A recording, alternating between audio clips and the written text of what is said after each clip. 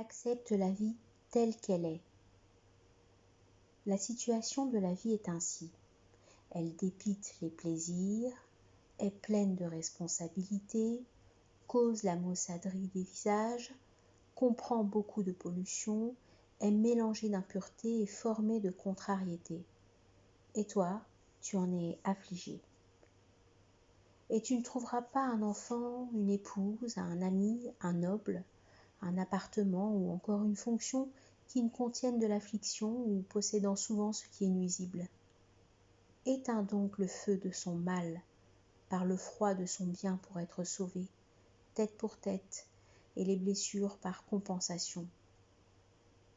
Allah a voulu que cette vie assemble les deux opposés, les deux sortes, les deux équipes et les deux opinions, bien et mal, bienveillance et malveillance, joie et tristesse. Puis il choisit tout le bien, la bienveillance et la joie dans le paradis, ensuite rassemble tout le mal, la malveillance et la tristesse dans l'enfer.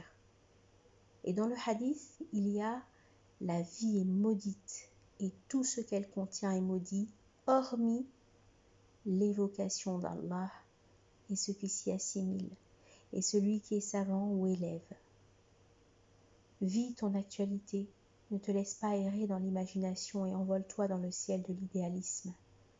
Accepte ta vie telle qu'elle est. Adapte ton âme à son existence et à sa citoyenneté.